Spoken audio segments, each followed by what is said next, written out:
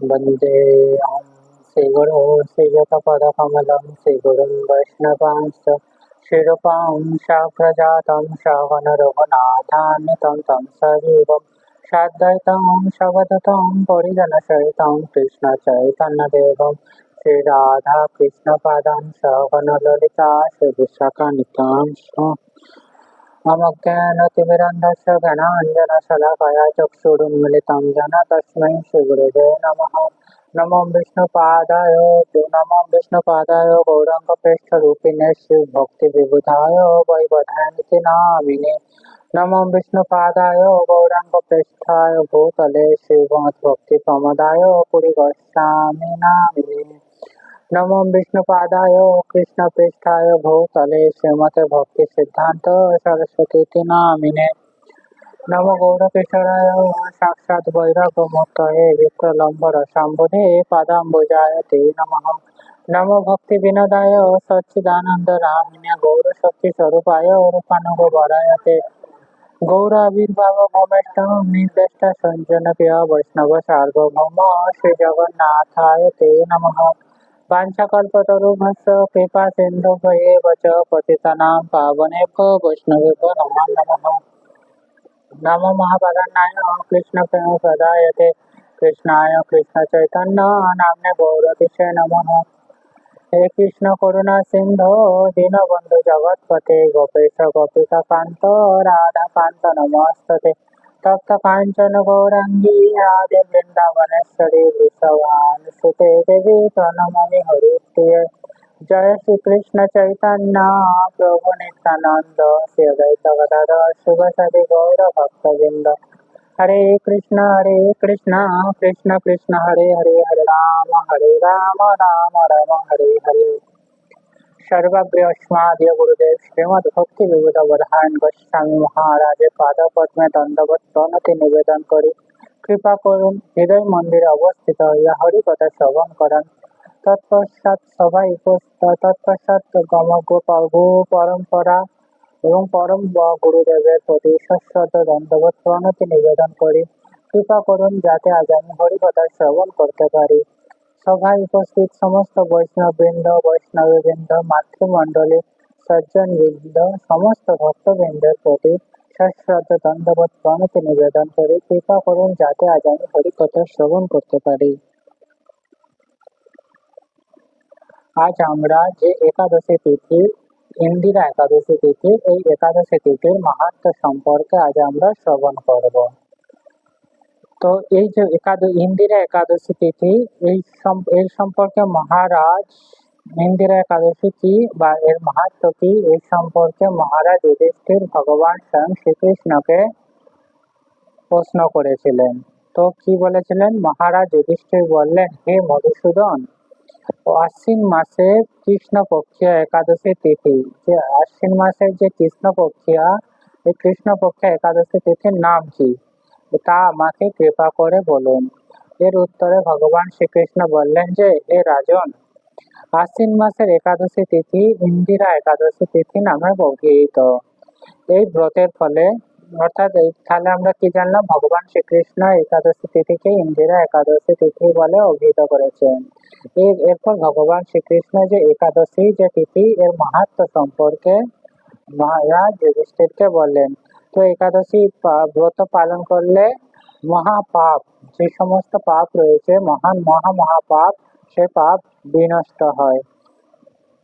এমনকি কর্ম বিপাকে যারা নিম্নজনী লাভ করেছেন, অর্থাৎ বিভিন্ন কুকর্ম বা অসৎ কর্মের ফলে যারা নিম্নজনীতে এখন রয়েছেন তারা হচ্ছে কি নিম্নজনী লাভ করেছেন সেই পূর্বপুরুষদেরও, অর্থাৎ পূর্বপুরুষদের কেউ যদি নিম্নজনী যদি লাভ করে থাকে সেই পূর্বপুরুষদেরও হচ্ছে উত্তম গতি এই একাদশী তিথি যদি তার বংশধর কেউ যদি পালন করে তাহলে তার পূর্বপুরুষগণ উচ্চজনী প্রাপ্ত হয়। একাদশী মাহাত্ম্য শোনামাত্রই, অর্থাৎ এই যে একাদশী মাহাত্ম্য এই শোনামাত্রই সামবেদীয়, অর্থাৎ ঋক সাম যজুর অথর্ব এই যে 3 বেদ রয়েছে। সামবেদেতে বিভিন্ন রকমের যজ্ঞের অনুষ্ঠানের কথা বলা হয়েছে। এই যে যজ্ঞ অনুষ্ঠানের কথা সেখানে যে বলা হয়েছে সামবেদীয় যজ্ঞের যে ফল সেই ফল তৎক্ষণাৎ লাভ করা যায়। হে রাজন, মহিষ্মতি নগরে। এরপর এরপর ভগবান শ্রীকৃষ্ণ রাজা যুধিষ্ঠিরকে উদ্দেশ্য করে বললেন যে মহিষ্মতি নামে একটি নগর ছিল। সেই নগরে একটি প্রসিদ্ধ রাজা ছিল, সেই রাজার নাম হচ্ছে ইন্দ্রসেন। এই ইন্দ্রসেন হচ্ছে ধর্মবিধি, অর্থাৎ যে রাজা রাজত্ব করতেন তারা হচ্ছে ধর্মে যে সমস্ত নিয়ম শৃঙ্খলা বলা আছে সেই সমস্ত নিয়ম বিধি অনুযায়ী তিনি রাজা পালন করতেন, এবং তিনি এই ধর্মবিধি অনুসারে যেহেতু তিনি রাজ্য পালন করতেন তাই তিনি অত্যন্ত খ্যাতি সম্পন্ন রাজা ছিলেন।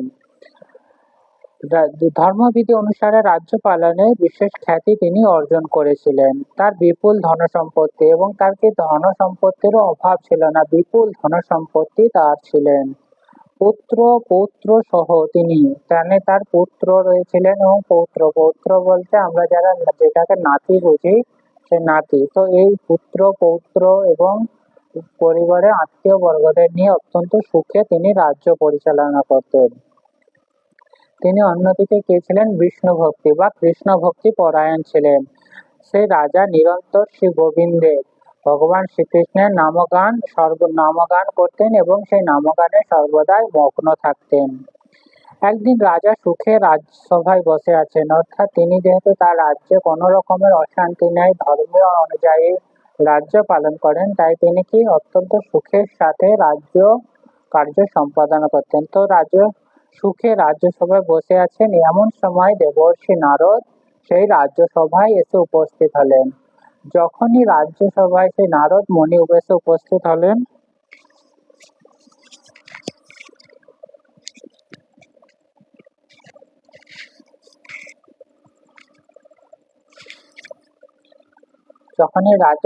নারদ মুনি এসে উপস্থিত হলেন তখনই রাজা উঠে দাঁড়ালেন, উঠে দাঁড়িয়ে মুনিকে প্রণাম জানালেন, এবং প্রণাম জানানোর পর মুনিকে বসার জন্য আসন দিলেন। পাদ্য অর্ঘ্য আদি ষোড়শ উপাচারে, এবং ষোড়শ উপাচারে যে পূজা বিধি সেই পূজা নিবেদন করলেন।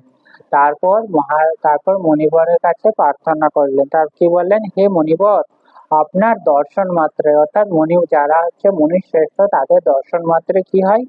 সমস্ত যাবতীয় যজ্ঞ, যে সমস্ত যজ্ঞের কথা বলা হয়েছে সেই সমস্ত যজ্ঞের ফল মুনিদেরকে দর্শন মাত্রেই লাভ করা যায়। তো এখানে কি দর্শন মাত্রে সমস্ত যজ্ঞের ফল লাভ হয়ে গেছে। এখন আপনার আগমনের, এরপর মহারাজ হচ্ছে যেহেতু নারদ মুনি এসেছেন, তিনি কোনো না কোনো উদ্দেশ্য নিয়ে এসেছেন, সেই উদ্দেশ্য এখন জানার জন্য প্রশ্ন করছেন। তো তিনি কি বলছেন? হে মুনিবর, আপনার আগমনের কারণ জানিয়ে আমাকে কৃতার্থ করুন। দেবর্ষি নারদ তখন তার মহারাজা ইন্দ্রসেনের প্রশ্নে কি বললেন? হে মহারাজ, আমি অতি বিস্ময়কর একটি কথা শ্রবণ করুন। অর্থাৎ তিনি একটি অতি বিস্ময়কর কথা ইন্দ্রসেনকে শ্রবণ করানোর জন্য সেখানে এসেছেন। আমি এক সময় যমলোকে গিয়েছিলাম, অর্থাৎ যেহেতু তিনি হচ্ছেন কি মহর্ষি, তিনি হচ্ছে সমস্ত লোকে গমনাগমন তিনি করতেন। তো তিনি এক সময় যমলোকে গিয়েছিলেন, সেই যমলোকে গিয়ে দেখলেন ইন্দ্রসেনের পিতা সেই যমলোকে শাস্তি ভোগ করছে। তার শাস্তি কেন ভোগ করছেন? তিনি যমলোকে সবাই বহু পুণ্যকারী, যেমন ইন্দ্রসেন হচ্ছে বহু পুণ্যবান ব্যক্তি ছিলেন, তার পিতাও ছিল অত্যন্ত পুণ্যকারী ব্যক্তি। ঠিক আছে, তো তিনি হচ্ছে যমলোকে গিয়ে যন্ত্রণা ভোগ করছিলেন। কি কারণে তিনি যমলোকে গিয়েছিলেন এবং কেনই বা তাকে বিভিন্ন রকমের কর্মের ফল ভোগ করতে হয়েছিল? ব্রতভঙ্গের পাপে, অর্থাৎ তিনি যে ব্রত করেছিলেন সেই ব্রত সঠিকভাবে ভঙ্গ বা পালন করেননি, সেই ব্রতভঙ্গের পাপে তাকে সেখানে যেতে হয়েছিল। অর্থাৎ আমরা যে কোনো ব্রত যে করি তার একটি নির্দিষ্ট নিয়ম অনুসারে পালন আছে। এই পালন যেমন ব্রতটি গুরুত্বপূর্ণ, ঠিক ব্রতের পালনও আমাদেরকে সমানভাবে গুরুত্বপূর্ণ বা আমাদের ধ্যান দেওয়া উচিত। তো কারণ আমরা এই গ্রন্থে দেখতে পাচ্ছি ব্রতভঙ্গ যদি সঠিকভাবে না করা হয় তাতেও শাস্তি পেতে হয়। তো এখানে রাজা মণিবর আরো বলেন, হে রাজন, আপনার পিতা যে সংবাদ প্রেরণ করেছেন, অর্থাৎ যমালয়ে থেকে ইন্দ্রসেনের পিতা ইন্দ্রসেনের জন্য কিছু সংবাদ প্রেরণ করেছেন, সে প্রেরণ হচ্ছে এখন আমি বলছি।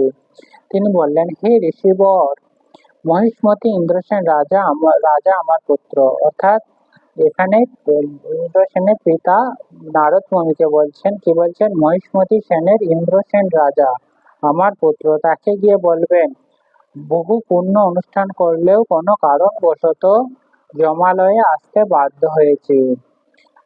আপনি কৃপা করে তাকে সর্ব পাপনাশক, অর্থাৎ তিনি কি বলছেন, যে যেন কৃপা করে সর্ব পাপনাশক ইন্দিরা একাদশী পালন করতে বলবেন। সেই ব্রতের প্রভাবে আমি নিষ্পাপ হয়ে, অর্থাৎ এই যে ব্রত, এই ব্রত যদি সঠিকভাবে পালন করা যায়, পালন করার ফলে কি হবে, নিষ্পাপ হয়ে স্বর্গলোকে যেতে পারবো। অর্থাৎ ইন্দ্রসেনের পূর্বপুরুষ বলতে এখানে তার পিতা। তাহলে কি, যদি ইন্দ্রসেন এই ব্রত যদি সঠিকভাবে পালন করে, তার পিতা পুনরায় স্বর্গলোকে বা বিষ্ণুলোকে যেতে সক্ষম হবে। এই কথা জানাবার জন্যই আমার আগমন। এই কথাটি বলার জন্যই ইন্দ্রসেনের কাছে মণিবর নারদ মুনি গিয়েছিলেন। হে রাজন, আপনার পিতার মঙ্গল বিধানে আপনি, অর্থাৎ এরপর এরপর এই যে পিতার যে মঙ্গল বিধান যাতে হবে, সেই সেই পাপমোচনী সেই ইন্দিরা একাদশী, এই যে একাদশী তিথি পালন করতে উপদেশ দিলেন। রাজা তারপর মহর্ষি নারদকে প্রশ্ন করলেন, হে নারদ, হে দেবর্ষি, সেই ইন্দিরা ব্রত বিধি কি? অর্থাৎ যে কোনো ব্রতের একটি বিধি বা নিয়ম থাকে, সেই বিধি বা নিয়ম কি? কোন তিথি বা কোন পক্ষে, অর্থাৎ কোন তিথি বা কোন পক্ষে একাদশী করা কর্তব্য, তা কৃপা করে আমায় বলুন। তখন দেবর্ষি নারদ বললেন যে, হে রাজন, আশ্বিন মাসের কৃষ্ণপক্ষে দশমীর দিন, অর্থাৎ এখানে ব্রতটি কিভাবে পালন করতে হবে সেটি সম্পর্কে, পদ্ধতি প্রণালী সম্পর্কে দেবর্ষি নারদ মহারাজকে বলছেন যে, দশমীর দিন শ্রদ্ধা সহকারে, অতি শ্রদ্ধার সাথে প্রাতঃ স্নান, অর্থাৎ খুব ব্রহ্ম মুহূর্তে স্নান করতে হবে। মধ্যাহ্নে ভক্তি ভাবাপন্ন, অর্থাৎ ভক্তি সহকারে পুনরায় স্নান করতে হবে, অর্থাৎ এক ব্রহ্ম মুহূর্তে করতে হবে, দ্বিতীয় হচ্ছে দুপুর বেলা বা মধ্যাহ্নে, এবং রাত্রিকালে ভূমিতে হবে। পরের দিন একাদশী প্রাত কৃত্যাদি, অর্থাৎ সকালবেলা যে সমস্ত ক্রিয়াকর্ম রয়েছে, সেই ক্রিয়াকর্ম সঠিকভাবে করতে হবে, এবং সঠিকভাবে করার পর হচ্ছে নিরাহারে, অর্থাৎ কোনো কিছু খাদ্য গ্রহণ না করেই ব্রত করতে হবে। ব্রতের নিয়মাবলী দৃঢ়ভাবে, অর্থাৎ যে একাদশী যে ব্রতের নিয়ম, সেটি অত্যন্ত দৃঢ়তার সঙ্গে পালন করার উপদেশ দিলেন। হে পুণ্ডরীকাক্ষ, হে অচ্যুত, এবং কি প্রার্থনা করতে হবে, হে পুণ্ডরীকাক্ষ, হে অচ্যুত, হে এই শরণাগতের প্রতি কৃপা করুন, অর্থাৎ ভগবান শ্রীকৃষ্ণের কাছে কৃপা প্রার্থনা করতে হবে। এইভাবে শ্রদ্ধা সহকারে শালগ্রাম শিলা কি? শালগ্রাম শিলা হচ্ছে ভগবান স্বয়ং শ্রীকৃষ্ণের শালগ্রাম শিলা পূজা করে পিতার উদ্দেশ্যে। এই সমস্ত ক্রিয়াকর্ম করার পর যে ব্রতের যে ফল, সেটি হচ্ছে তার পিতার উদ্দেশ্যে অর্পণ করতে হবে। এছাড়া কি, এটা গেল একাদশীর দিন। এরপর দ্বাদশীর দিনে কি করা কর্তব্য? দ্বাদশীর দিন হচ্ছে ভক্তি সহকারে শ্রী গোবিন্দের পূজা, অর্থাৎ ভগবান স্বয়ং শ্রীকৃষ্ণের পূজা করতে হবে। তারপর ব্রাহ্মণদের ভোজন প্রদান করতে হবে, অবশেষে মহাপ্রসাদ সেটি গ্রহণ করতে হবে। হে রাজন, বিধি অনুসারে শ্রী হরি এবং ভক্তদের অর্চন করতে, অর্থাৎ ভগবান স্বয়ং শ্রীকৃষ্ণ এবং তার যে ভক্তগণ রয়েছে, সেই সমস্ত ভক্তগণের যদি অর্চন করা হয়, তাহলে কি আপনার পিতৃবর্গ, অর্থাৎ শুধু পিতা নয়, তার পিতার উপরে যে সমস্ত বংশজ রয়েছে, সবাই মুক্তি লাভ করে শীঘ্রই বৈকুণ্ঠে গমন করবে। রাজাকে এই উপদেশ দেওয়ার পর দেবর্ষি নারদ সেখান থেকে বলতে রাজসভা থেকে প্রস্থান করলেন। রাজা ইন্দ্রসেন মুনিবরের উপদেশ অনুসারে পুত্র পরিজন সহ, অর্থাৎ মুনিদের যে উপদেশ দিলেন, সেটি তার রাজা শুধু একাকী নয়, তার পুত্র এবং পরিজন আরো আত্মীয় সমস্ত সকলকে নিয়ে অত্যন্ত ভক্তি সহকারে এই ইন্দিরা ব্রতের অনুষ্ঠান করলেন। তখন দেবলোক থেকে অর্থাৎ যে যখন এটি করলেন তখন দেবলোক থেকে অর্থাৎ পুষ্প বৃষ্টি শুরু হলো এবং পিতাও বিষ্ণুলোকে গমন করলেন। তার পিতা বিষ্ণুলোকে, তারপর রাজা ইন্দ্রসেন নিজ পুত্রকে রাজ্যভার অর্পণ করে নিজেও বিষ্ণুলোকে অর্থাৎ ভগবান স্বয়ং শ্রীকৃষ্ণের গোলক বৃন্দাবন, এই বৃন্দাবনে সবাই গমন করলেন। এই ইন্দিরা একাদশীর মাহাত্ম্য, এই যে ইন্দিরা একাদশীর যে মাহাত্ম্য এবং মাহাত্ম্য পাঠ, অর্থাৎ যদি আমরা এটি পাঠও করি বা শ্রবণও করি তাহলে কি হবে, আমাদের সকল পাপ থেকে আমরা মুক্ত হয়ে যাব এবং মুক্ত হয়ে আমরা কি আমাদের এই জীবনের অন্তিম লক্ষ্য কি ভগবান শ্রীকৃষ্ণের নিত্যধামে ফিরে যাওয়া, অর্থাৎ আমাদের যে প্রকৃত গৃহ বা আশ্রয় স্থান ভগবান শ্রীকৃষ্ণের গোলক বৃন্দাবন, সেখানে আমরা ফিরে যেতে পারবো যদি আমরা একাদশীর মাহাত্ম্য অতি ভক্তি সহকারে শ্রবণ করি বা পাঠ করে থাকি। তো এটি হলো ইন্দিরা একাদশীর মাহাত্ম্য। এখন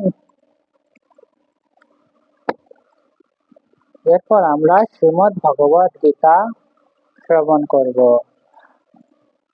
আজ আমরা শ্রীমদ্ ভগবত গীতার অষ্টম অধ্যায়ের নবমতম শ্লোক শ্রবণ করব।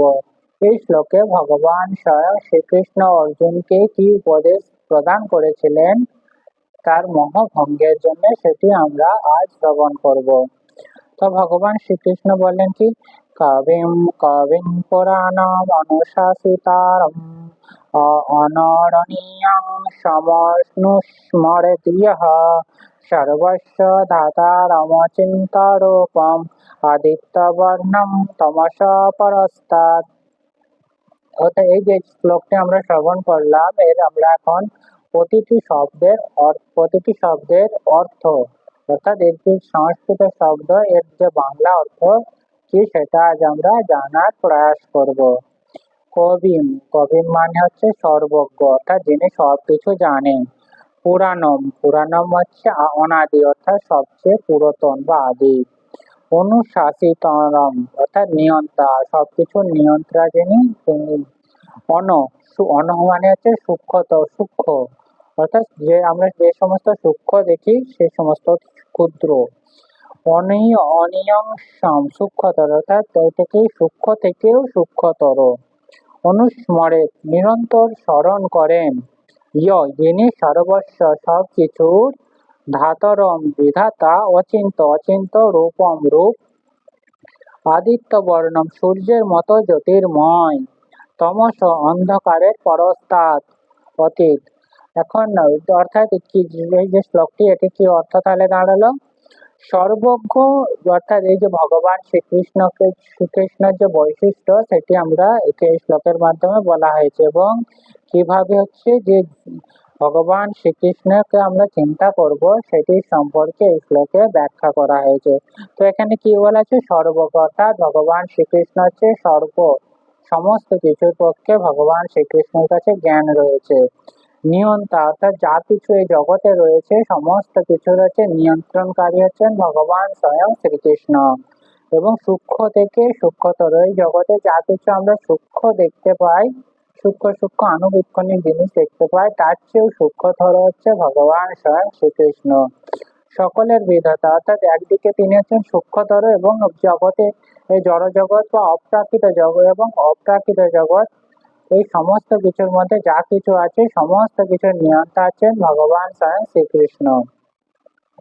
জড় বুদ্ধির অতীত, অর্থাৎ আমরা যেহেতু এই জড় জগতে রয়েছি, আমাদের বুদ্ধি কি জড় বুদ্ধি, এই জড় বুদ্ধির অতীত, অর্থাৎ এই যে জড় বুদ্ধি দ্বারা আমরা ভগবান শ্রীকৃষ্ণকে আমরা জানতে পারবো না, তিনি জড় বুদ্ধির অতীত। অচিন্ত অর্থাৎ আমরা চিন্তাও করতে পারবো না ভগবান শ্রীকৃষ্ণ যে মহিমা বা মাহাত্ম্য কি আমরা আমাদের চিন্তা শক্তির বাইরে। পুরুষ রূপে পরমেশ্বর ভগবানের ধ্যান করা এবং এই পুরুষ, এই যে সমস্ত বৈশিষ্ট্য, এই সমস্ত রূপে কি পরমেশ্বর ভগবান শ্রীকৃষ্ণের ধ্যান করা উচিত আমাদের। তিনি সূর্যের মতো, আমরা এখানে কি আমরা যদি সবচেয়ে জ্যোতির্ময় যেটা জিনিস আমরা লক্ষ্য করে থাকি সেটা হচ্ছে সূর্য। সূর্যের যে জ্যোতি সেই জ্যোতির্ময়ের মতো এবং এই জড়া প্রকৃতির অতীত, অর্থাৎ এই যে জড়া প্রকৃতি রয়েছে এর জড়া প্রকৃতির বন্ধনে তিনি বাধিত নয়। অর্থাৎ এই জড় প্রকৃতির ঊর্ধ্বে তিনি ভগবান স্বয়ং শ্রীকৃষ্ণ। তো এই যে যে শ্লোকটা আমরা শ্রবণ করলাম, এতে কিভাবে ভগবান শ্রীকৃষ্ণ যে ধ্যান করতে হয় সেটির সম্পর্কে বলা হয়েছে। তো যারা হচ্ছে নির্বিশেষবাদী, নির্বিশেষবাদী কি, নির্বিশেষবাদীরা মনে করেন শূন্যবাদী বা নির্বিশেষবাদী, এরা ভগবান, তারা মনে করেন যে ভগবান শ্রীকৃষ্ণের কোনো আকার নেই। তো এই যে নির্বিশেষ বা শূন্য, তারা তাহলে কি, তারা যেহেতু ভগবান শ্রীকৃষ্ণের আকার নেই, তারা নির্বিশেষ অর্থাৎ কোনো কিছু বা শূন্যের তারা ধ্যান করে। কিন্তু এই যে শূন্যের ধ্যান করা হচ্ছে অত্যন্ত কঠিন কঠিন কিন্তু অন্যদিকে হচ্ছে ভগবান শ্রীকৃষ্ণকে চিন্তা করার যে পন্থা, যে পন্থা আমরা সাধুগুরু শাস্ত্র অনুযায়ী যদি আমরা জানি, সেই পন্থা কি অত্যন্ত সহজ এবং বাস্তবসম্মত। যেটি হচ্ছে বাস্তবসম্মত জিনিস, সেটি কি ভগবান শ্রীকৃষ্ণের একটি সচ্চিদ আনন্দ রূপ রয়েছে। সেই রূপের যদি আমরা ধ্যান করি, সেই ধ্যান হচ্ছে অত্যন্ত সহজ ও সরল। এবং সর্বপ্রথমে জানতে হবে ভগবান হচ্ছেন পুরুষ এবং একজন ব্যক্তি। অর্থাৎ সর্বপ্রথম সমস্ত কিছু প্রথমে আমাদেরকে জানা উচিত যে ভগবান শ্রীকৃষ্ণ একটি পুরুষ, যে ভগবান যে নির্বিশেষ নয় সেটি আমাদের সর্বপ্রথম জানতে হবে। এবং পুরুষ, এবং আমরা পুরুষ ও রাম, যে আমরা ভগবান শ্রীকৃষ্ণের রূপ বা স্বয়ং মর্যাদা পুরুষোত্তম রামচন্দ্রের রূপ যে দেখি, সেই রূপ যদি আমরা চিন্তা করে আমরা ধ্যান করি, সেটি হচ্ছে আমাদের পক্ষে অত্যন্ত সহজ। নির্বিশেষ বা শূন্যবাদের পক্ষে এইরকম ধ্যান করা সম্ভব নয়। তাই আমাদের সর্বপ্রথম উচিত ভগবান শ্রীকৃষ্ণকে যে একটি সাকার সচ্চিদানন্দ রূপ রয়েছে, সেটি আমাদেরকে সর্বপ্রথম বিশ্বাস করতে হবে এবং দৃঢ় বিশ্বাস থাকা উচিত। তাতে কি, আমরা যদি শ্রীরাম এবং শ্রীকৃষ্ণকে যেভাবে চিন্তা করি তার রূপ কেমন, ভগবত গীতার এই শ্লোকটিতে দেয়। অর্থাৎ ভগবান শ্রীকৃষ্ণ বা রামের যে রূপ, সেই রূপ হচ্ছে এই যে শ্লোক, এই শ্লোকের মাধ্যমে বর্ণনা করা হয়েছে। এখানে প্রথম শ্লোকের প্রথমেই ভগবান শ্রীকৃষ্ণকে কবিম বলে বলা হয়েছে। কবিম মানে হচ্ছে কি, সর্বজ্ঞ, যেটা আমরা পূর্বেই জেনেছি। অর্থাৎ তিনি আমাদের হচ্ছে অতীত, বর্তমান এবং ভবিষ্যৎ, এই তিনটির সম্পর্কে তিনি সবকিছুই জানেন। তাই ভগবান শ্রীকৃষ্ণকে কবিম বা সর্বজ্ঞ বলে অভিহিত করা হয়েছে। তিনি হচ্ছেন আদি পুরুষ, অর্থাৎ তিনি হচ্ছেন সবকিছুর উৎস। যে জগতে যা কিছু রয়েছে সমস্ত কিছুর উৎস হচ্ছে ভগবান স্বয়ং শ্রীকৃষ্ণ। ভগবান থেকেই সমস্ত কিছুর সৃষ্টি হয়েছে এবং সবকিছু উদ্ভব হয়েছে। তিনি সমস্ত জগতের, এবং এই যে শুধু তার থেকে উৎপত্তি নয়, এই যে জগৎ উৎপত্তি হওয়ার পর হচ্ছে যা সেগুলি কিভাবে নিয়ন্ত্রিত হবে, সেই নিয়ন্ত্রণমূলক কর্ম ভগবান স্বয়ং শ্রীকৃষ্ণ করে থাকেন এবং পালন কর্তা, নিয়ন্ত্রণ করেন এবং সবাইকে সঠিকভাবে পালনও করেন।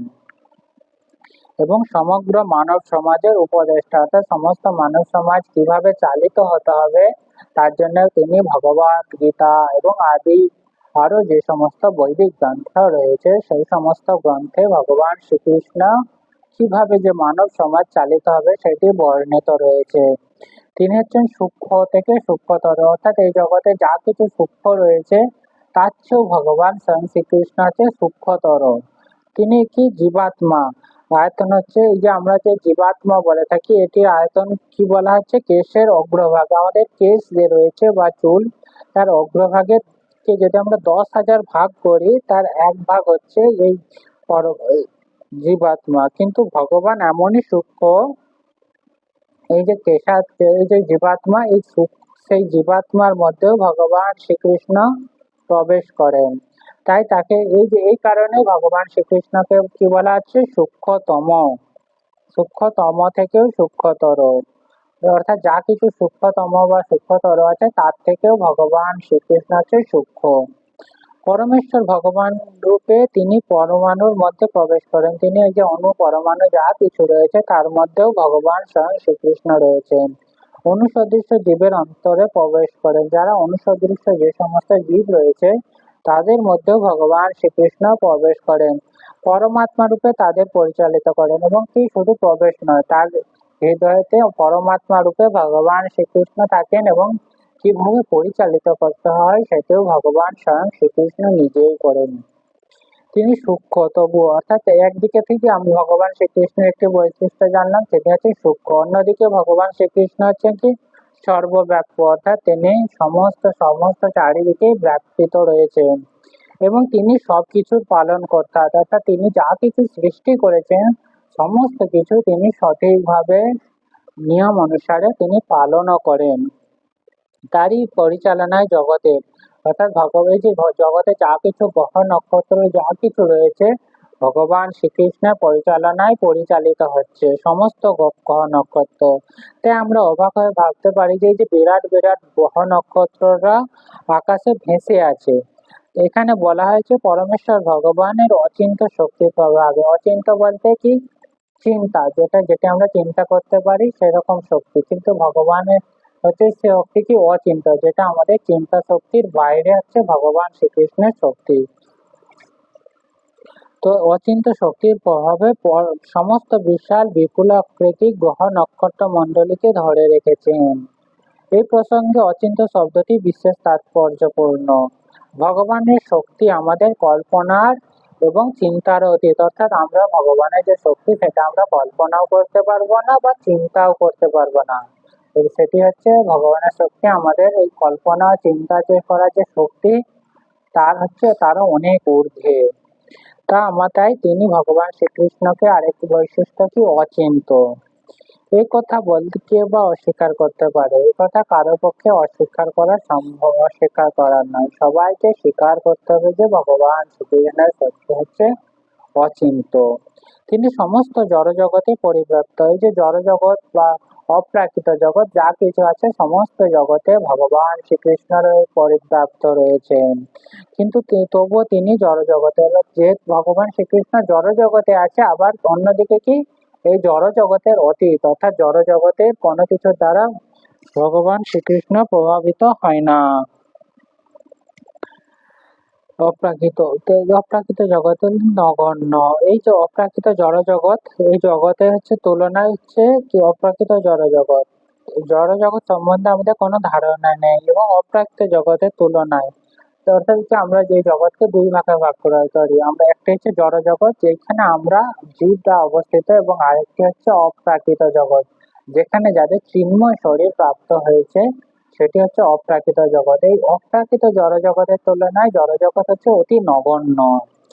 তাহলে জগতের অতীত সেই অপ্রাকৃত জগতের কথা, যেহেতু এই জগৎটা হচ্ছে নগণ্য আর এই জগৎ সম্পর্কে আমাদের প্রকৃত বা সম্পূর্ণ জ্ঞান নেই, তাই আমরা কিভাবে অপ্রাকৃত জগতের সম্পর্কে সম্পূর্ণ জ্ঞান আমাদের থাকবে, অর্থাৎ অপ্রাকৃত জগতের সম্পর্কেও আমাদের সঠিক বা সম্পূর্ণ জ্ঞান থাকবে না। তাহলে কি করতে হবে, আমাদের কি করা উচিত সেটি আমরা পরবর্তী আলোচনায় জানতে পারবো। অচিন্ত মানে হচ্ছে যে এই জড় জগতের অতীত বা দার্শনিক অনুমান। অচিন্ত মানে আরেকটি কি, যে জড় জগতে যা কিছু আছে তার অতীত, এবং দার্শনিক অনুমান, যে যে সমস্ত দার্শনিক বা ফিলোসফাররা রয়েছে তারা যে অনুমান বা অ্যাজাম্পশন করে থাকে বা তর্ক করে থাকেন বা যুক্তি আর্গুমেন্টস করে থাকে, সেই সমস্ত কিছুর হচ্ছে তারা হচ্ছে ভগবান শ্রীকৃষ্ণকে উপলব্ধি করা সম্ভব নয়। তাহলে তাহলে কি ভগবান শ্রীকৃষ্ণ হচ্ছে যুক্তি তর্কেরও ঊর্ধ্বে, তাহলে কি যেখানে যুক্তি তর্ক করেও আমরা ভগবান শ্রীকৃষ্ণকে জানতে পারবো না। তাহলে কিভাবে আমরা জানতে পারবো, তাই যে বুদ্ধিমান অর্থাৎ যারা হচ্ছে প্রকৃত বুদ্ধিমান তারা সমস্ত যুক্তি তর্ক জল্পনা কল্পনা অর্থাৎ অযথা যুক্তি তর্ক না করে আমাদেরকে আমাদের যুক্তি তর্ককে লাগাতে হবে এই কাজে যে যাতে আমরা ভগবানকে জানতে পারি। না আমাদের যুক্তি তর্ক এইভাবে লাগাতে হবে যে আমরা ভগবানকে ভুলে যাই, এইরকম ভাবে আমাদের যুক্তি তর্ক লাগানো চলবে না। আমাদের যুক্তি তর্ক এইভাবে লাগাতে হবে যাতে আমরা ক্রমান্বয়ে ভগবানের সম্পর্কে আরো জানতে পারি এবং ভগবান যা কিছু বলেছে সেটা নিজ জীবনে পালন করতে পারি। এইভাবে আমাদের যুক্তি বা তর্ককে কাজে লাগাতে হবে। তো যারা বুদ্ধিমান তারা হচ্ছে কি এই সমস্ত যুক্তি তর্ক জল্পনা কল্পনা বাদ দিয়ে বেদ, ভগবত গীতা, শ্রীমদ্ ভাগবতম, চৈতন্য চরিতামৃত, এই সমস্ত যে সমস্ত ভক্তি শাস্ত্র রয়েছে এই সমস্ত শাস্ত্র সম্পর্কে ভগবান শ্রীকৃষ্ণকে সঠিকভাবে বর্ণনা করা।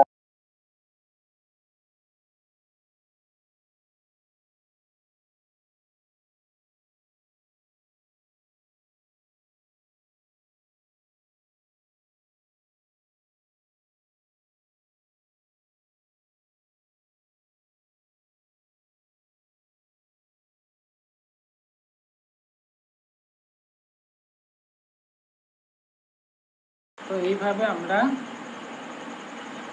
তাই যারা বুদ্ধিমান তারা যুক্তি তর্ক জল্পনা কল্পনা বাদ দিয়ে ভগবত গীতা শ্রীমদ্ ভাগবতম আদি শাস্ত্র সঠিকভাবে মেনে নেবে এবং সেগুলিকে সত্য বলে মেনে নিয়ে তা অনুসরণ করতে হবে।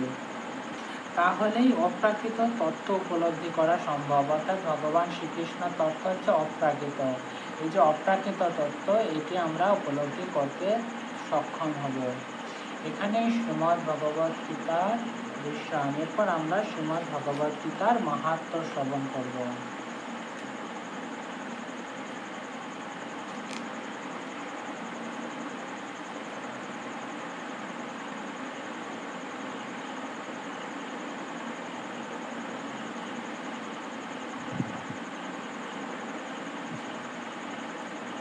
তো আজ আমরা 40 ও 41তম মাহাত্ম্য শ্রবণ করব। গীতায়া পুস্তকম যত্র নিত্য পাঠস্য বর্ততে তত্র সর্বাণি তীর্থানি প্রয়াগাদ নিভতলে নিবসন্তি সদা দেহে দেহেশে অপি সর্বদা সর্বে দেবস্য বিষয় যোগিন দেহ রক্ষকঃ। অর্থাৎ যেখানে নিত্য গীতা পুস্তক অবস্থান করে, অর্থাৎ ভগবত গীতার নিত্য অর্থাৎ নিত্য অর্থাৎ প্রতিদিনের নয়, যেখানে গীতা থাকে এই জগতে, সেখানে প্রয়াগ আদি অর্থাৎ প্রয়াগ কি, যেটা এখন বর্তমান এলাহাবাদ নামে পরিচিত বা প্রয়াগরাজ, সেটি হচ্ছে সেই সমস্ত তীর্থ। প্রয়াগ আদি অর্থাৎ আরও যে সমস্ত তীর্থস্থান রয়েছে, বৃন্দাবন, পুরী, মথুরা, নবদ্বীপ ধাম, এই সমস্ত তীর্থস্থান সর্বদা সেইখানেই অবস্থান করে। অর্থাৎ সমস্ত তীর্থকেন্দ্রের স্থান হচ্ছে যেখানে ভগবত গীতা আছে, সেখানটি তীর্থস্থান বেনে যায়। সর্বদা গীতা অধ্যয়নকারীর দেহে বা দেহ ত্যাগের পরেও দেহরক্ষক রূপে দেবতা। অর্থাৎ যারা এই সমস্ত গীতা গ্রন্থ অধ্যয়ন করে বা শ্রবণ করে, তারা কি দেহে বা দেহের ত্যাগের পরেও, অর্থাৎ তাদের এই যে দেহ বা দেহ যদি ত্যাগ অর্থাৎ যেটা আমরা মৃত্যুবরণ বলি, যদি করে থাকে, তাহলেও কি হয়, দেবতা, ঋষি বা যোগীরা অবস্থান করে দেহরক্ষক রূপে। অর্থাৎ তারা যদি দেহ ত্যাগ করে, তাদের দেহগুলিকে রক্ষা করার জন্য কারা কারা অবস্থান রয়েছে, দেবতারা, ঋষিরা এবং যোগীরা সেখানে অবস্থান করে। এই গীতার গুরুত্ব তাহলে কি, গীতার গুরুত্ব হচ্ছে অত্যন্ত মহৎ। তো এখানে আজ আমরা শ্রীমদ্ ভগবত গীতা পাঠে বিশ্রাম প্রদান করছি। হরি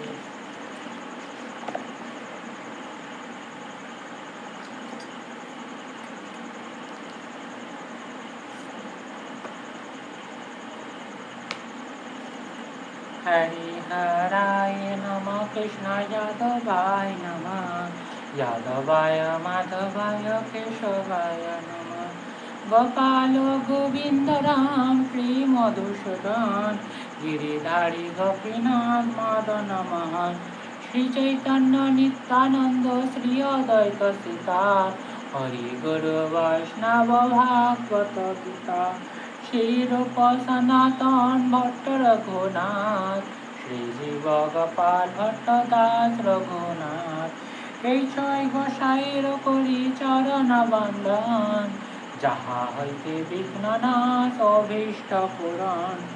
এই ছয় গোসাই যার মুই তার দাস, তা সবার পদরেণু মার পঞ্চগাস, তাদেরও চরণ সেবী ভক্ত সনে বাস, জনমে জনমে হয় এই অভিলাষ।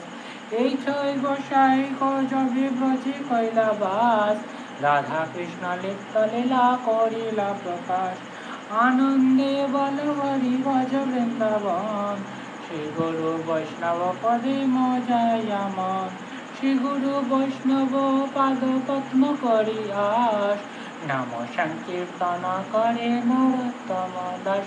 হরে কৃষ্ণ কৃষ্ণ কৃষ্ণ হরে হরে, হরে রাম